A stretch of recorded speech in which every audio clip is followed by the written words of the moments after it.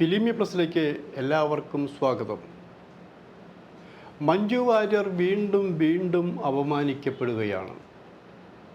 പക്ഷെ അതിനെതിരെ പ്രതികരിക്കാൻ ഇവിടെ ആരുമില്ല എന്നുള്ളതാണ് സത്യം.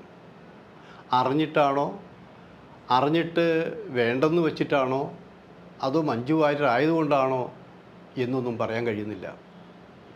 കാരണം ഈ തെരഞ്ഞെടുപ്പിന് തൊട്ട് വടകരയിൽ പറഞ്ഞു കേട്ട, എതിരാളികൾ തമ്മിൽ പറഞ്ഞു കേട്ട അശ്ലീലത്തെക്കുറിച്ച് നിങ്ങൾ വായിച്ചു കാണും, കേട്ട് കാണും. അതിലൊരു സ്ഥാനാർത്ഥി ശ്രീമതി കെ ശൈല ടീച്ചറാണ്. അത് LDFിൻ്റെ സ്ഥാനാർത്ഥിയാണ്. ആ ടീച്ചറെക്കുറിച്ചാണ് ആരോപണം ഉന്നയിച്ചിരുന്നത്. അതിൻ്റെ പേരിൽ വല്ല വാദങ്ങൾ നടന്നു, വർഷങ്ങൾ നടന്നു, കേസ് കൊടുക്കുന്നത് പറഞ്ഞതൊക്കെ കഴിഞ്ഞു. തെരഞ്ഞെടുപ്പും കഴിഞ്ഞു. തെരഞ്ഞെടുപ്പ് കഴിഞ്ഞ ദിവസം UDFിൻ്റെ നേതൃത്വത്തിൽ ഒരു പൊതുയോഗം. ആ പൊതുയോഗത്തിൽ വെച്ച് RMPയുടെ നേതാവ് KS ഹരിഹരൻ ഈ വിഷയം ഉന്നയിച്ചു. വിഷയം എന്ന് പറഞ്ഞാൽ അശ്ലീല വീഡിയോയുടെ വിഷയമാണ് ഉന്നയിച്ചത്. അദ്ദേഹം സംസാരിക്കുമ്പോൾ സ്റ്റേജിൽ പ്രതിപക്ഷ നേതാവ്, MP സ്ഥാനാർത്ഥി ആൾക്കാർ, വിവിധ കക്ഷി നേതാക്കന്മാർ, തടിച്ചുകൂടിയ ജനങ്ങൾ എല്ലാം ഉണ്ടായിരുന്നു. അവിടെ ഹരിഹരൻ പ്രസംഗിച്ചത് ഇങ്ങനെയാണ്: ടീച്ചറുടെ അശ്ലീല വീഡിയോ ആരെങ്കിലും ഉണ്ടാക്കുമോ? മഞ്ജു വാര്യർ വീഡിയോ ഉണ്ടാക്കിയതാണെന്ന് പറഞ്ഞാൽ നമുക്ക് മനസ്സിലാകും. ഇതാണ് പറഞ്ഞത്. അതായത് ടീച്ചറുടെ വീഡിയോ ആരുണ്ടാക്കില്ല, അത് അദ്ദേഹം സമ്മതിച്ചു കഴിഞ്ഞു. അതേ സമയത്ത് ഇന്ത്യയിലെ പ്രശസ്ത നായിക നടിയായ മഞ്ജു വാര്യരുടെ അശ്ലീല വീഡിയോ ഉണ്ടാക്കിയെന്ന് പറഞ്ഞാൽ വിശ്വസിക്കാം എന്നുള്ള ധ്വനിയാണ് അദ്ദേഹം പറഞ്ഞതെന്നാലോചിക്കണം. ഇത് പരസ്യമായി പറഞ്ഞപ്പോൾ ജനം കൈയടിച്ചു, സ്റ്റേജിലിരുന്നവരെല്ലാം കൈയടിച്ചു. സ്ത്രീ വിരുദ്ധ നയങ്ങൾ പറയുമ്പോൾ, സ്ത്രീ അപമാനിക്കപ്പെടുമ്പോൾ കൈയടിച്ചവരുടെ എണ്ണം കുറഞ്ഞില്ല എന്നാലോചിക്കണം. പക്ഷെ അതപ്പോൾ തന്നെ പ്രശ്നമായത് എന്തുകൊണ്ടാണ്? ടീച്ചറെ പറഞ്ഞു എന്നുള്ളതാണ് ഫോക്കസ് ചെയ്യപ്പെട്ടതെന്ന് ആലോചിക്കണം. അപ്പോൾ അതിൻ്റെ പേരിൽ ഈ പോക്ക് ശരിയല്ല എന്ന് വിചാരിച്ച് RMPയുടെ നേതാവും MLAയുമായ ശ്രീമതി KK രമ പോലും KS ഹരിഹരനെ തള്ളിപ്പറഞ്ഞു. അങ്ങനെ സ്ത്രീ വിരുദ്ധ നിലപാടുകൾ എടുക്കാനോ പറയാനോ പാടില്ല എന്ന് പറഞ്ഞു. അങ്ങനെ പലരും പറഞ്ഞു, കോൺഗ്രസ് നേതാക്കന്മാർ പറഞ്ഞു.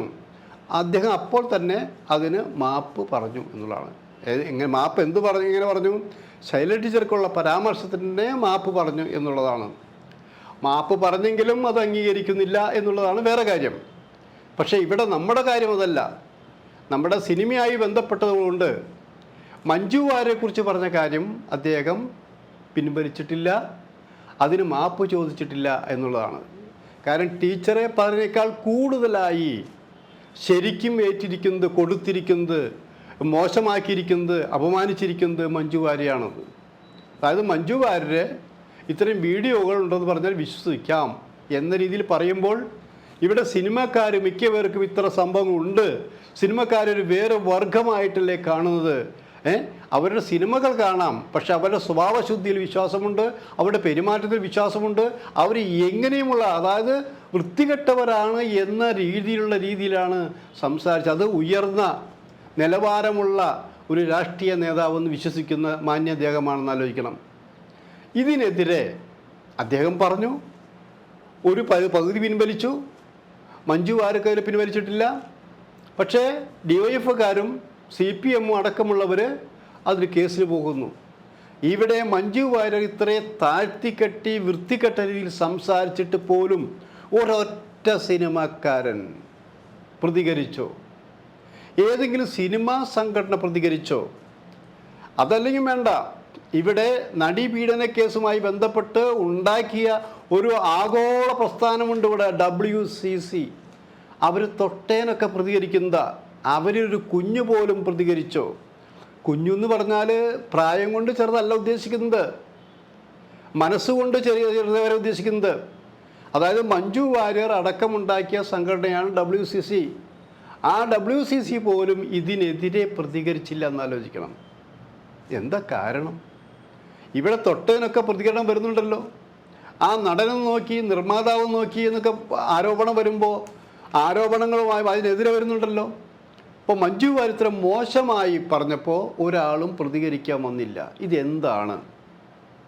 ഇത് അറിയാഞ്ഞിട്ടാണോ? ഇത് എവിടെ ചെന്ന് അവസാനിക്കും? അപ്പോൾ ഒന്നുകിൽ ഇതിനെതിരെ പ്രതികരിച്ചാൽ പേടിയുണ്ടായിരിക്കും. കാരണം സിനിമക്കാരിൽ വമ്പന്മാർക്ക് പലർക്കും പേടിയാണ് അഭിപ്രായങ്ങൾ പറയാൻ. കാരണം ഭരണപക്ഷമായാലും പ്രതിപക്ഷമായാലും അവർ മിണ്ടില്ല.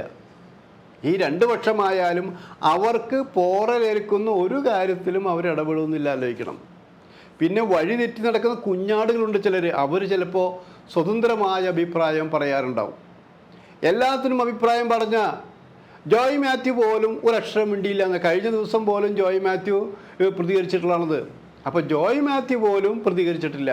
എന്തുകൊണ്ടാണ്? അറിയാഞ്ഞിട്ടാണോ അതോ പറഞ്ഞ് കേൾക്കാഞ്ഞിട്ടാണോ എന്നുള്ളതാണത്. പ്രത്യക്ഷത്തിൽ സത്യത്തിൽ ഇത് ഒരു കേസ് എടുക്കേണ്ട കേസല്ലേ? ഇതൊരു ആരും പറയണ്ട, ആരും കേസ് കൊടുക്കണ്ട. അല്ലാതെ തന്നെ വനിതാ കമ്മീഷന് കേസെടുക്കാലോ, പൊതു താല്പര്യ ഹർജി വെച്ച് കേസെടുക്കാലോ. അങ്ങനെ എന്തെങ്കിലും എടുക്കുമെന്നാണ് പറഞ്ഞു കേട്ടത്. അത് രാഷ്ട്രീയക്കാരോ സിനിമാക്കാരോ അല്ല. മഞ്ജു വാര്യരുമായി ബന്ധപ്പെട്ട ഫാൻസുകാരിൽ ചിലരാണ് ഇതൊക്കെ പറഞ്ഞത്. അവരാണ് ഇങ്ങനെ പറഞ്ഞു കേട്ടത്. എന്തായാലും ഞങ്ങളുടെ ചേച്ചിക്ക് വന്ന ഈ അപമാനത്തിന് ഞങ്ങൾ കണക്കുകൾ ചോദിക്കും, ഞങ്ങൾ കേസിന് പോകും എന്നൊക്കെയാണ് അവരുടെ ചില ആൾക്കാർ പറഞ്ഞിട്ടുണ്ട്. അതുമാത്രം പോരല്ലോ. ഇന്ത്യയിലെ നമ്പർ 1 നടിമാരിൽ ഒരാളായ മഞ്ജു വാര്യർക്ക് വെറും നടി മാത്രമല്ല, അവർ മലയാള നടി മാത്രമല്ല, തമിഴ് മറ്റ് ഭാഷകളുടെ നടി കൂടിയാണെന്ന് ആലോചിക്കണം. അങ്ങനെയുള്ള ഒരു നടിയെ നിരന്തരമായി ഇങ്ങനെ മോശപ്പെടുത്തുമ്പോൾ അത് ചോദിക്കാതിരിക്കുന്നത്, അതിനെതിരെ നിൽക്കാതിരിക്കുന്നത് എന്തുകൊണ്ടാണെന്നാണ് മനസ്സിലാവാത്തത്. നമ്മൾ പുറകിലേക്കൊന്ന് പോവുക. മഞ്ജു വാര്യർ ഒന്നിനും പ്രതികരിക്കുന്നില്ല എന്നുള്ളതാണ്. ഒരുപക്ഷെ പ്രതികരിക്കാത്തത് കൊണ്ടായിരിക്കണം മഞ്ജു വാര്യർ എന്തും പറയാം. കാരണം ഇത് പറയുമ്പോൾ മഞ്ജു വാര്യർ മാത്രമാണോ ഇവിടെ നായിക നടിയായിട്ടുള്ളത്? മഞ്ജു വാര്യർ അത്ര ചെറുപ്പമൊന്നുമല്ല, അത്യാവശ്യം പ്രായമൊക്കെ ആയിട്ടുണ്ട്. അപ്പോൾ അതിനേക്കാൾ ചെറുപ്പമുള്ള നായിക നടിമാരുണ്ട് ഇവിടെ, പല ഭാഷകളിലുള്ള നടിമാരുണ്ട് ഇവിടെ. അവരിലേക്കൊന്നും പോവാതെ, അവരുടെ ഒന്നും പേര് പറയാതെ പർട്ടിക്കുലറായി മഞ്ജു വാര്യരുടെ പേര് മാത്രം എടുത്തു പറഞ്ഞുകൊണ്ട് സന്തോഷിച്ച കുറേ വികൃത മനസ്സുകളുണ്ടായി എന്നുള്ളതാണ് സത്യം. ആ മനസ്സുകൾക്കെതിരെ നിൽക്കാൻ ഇനി ഇവിടെ ഉണരേണ്ടതാരാ? ജനങ്ങളാണ് ഉണരേണ്ടതെന്ന് ആലോചിക്കണം. സ്ത്രീ ശക്തിയാണ് ഉണരേണ്ടതെന്ന് ആലോചിക്കണം. അങ്ങനെ ഉണർന്നില്ലെങ്കിൽ ഇതൊരു തമാശയായി കരുതും. സ്റ്റേജിലിരുന്ന് പൊട്ടിച്ചിരിച്ചവർ, കൈയടിച്ചവർ, ഓർക്കുക, നിങ്ങൾ ആരുടെ പക്ഷത്ത്? സ്ത്രീപക്ഷത്ത് നിൽക്കുന്നുവെന്ന് പറയുന്ന നിങ്ങളൊക്കെ ഇപ്പോൾ സ്ത്രീപക്ഷത്തല്ല എന്നാണ് മനസ്സിലാക്കാൻ കഴിഞ്ഞത്. അങ്ങനെ നിങ്ങൾ സ്ത്രീപക്ഷത്താണെങ്കിൽ ഈ മഞ്ജു വാര്യർക്കെതിരെ പറഞ്ഞ ഈ നേതാവിനെ കൊണ്ടും മാപ്പ് പറയിപ്പിക്കേണ്ടിയിരിക്കുന്നു.